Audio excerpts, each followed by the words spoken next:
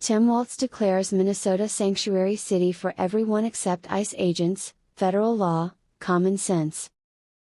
In a bold move to protect vulnerable communities from the horrors of immigration enforcement, Minnesota Governor Tim Walz announced today that the entire state is now a sanctuary for literally anyone except people wearing badges, following orders, or believing borders should exist.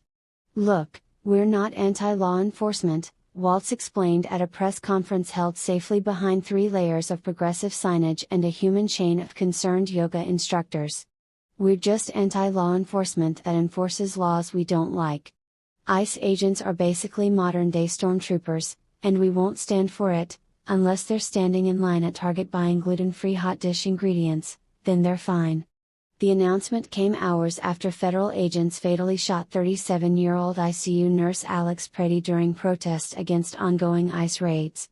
Sources close to the governor say Walz was deeply moved by the tragedy, immediately vowing to do everything in his power to keep Minnesotans safe, except, of course, cooperating with Homeland Security, sharing voter rolls with Attorney General Pam Bondi, or acknowledging that federal law applies north of the Iowa border.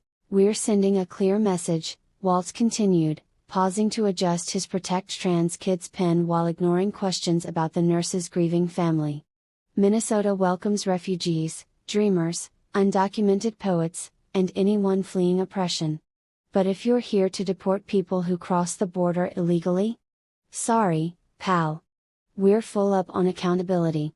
Local activists hailed the declaration as a victory for compassion, with one organizer explaining, "This isn't about open borders, it's about open hearts. And closed doors to anyone with a warrant, a uniform, or a working moral compass." In related news, President Trump reportedly offered to send the border czar to Minnesota with a care package of Big Macs and deportation orders, but Governor Walz declined, citing concerns the food might contain microaggressions against plant-based diets. Meanwhile, the state legislature is fast-tracking a bill to rename the Mississippi River the River of Resistance and officially change Minnesota's state motto from L'Etoile du Nord to No Ice Allowed, At publishing time, sources confirm Walz has begun constructing a giant wall around Minneapolis, made entirely of recycled protest signs, to keep federal agents out while welcoming in anyone who promises not to mow their lawn on Sundays.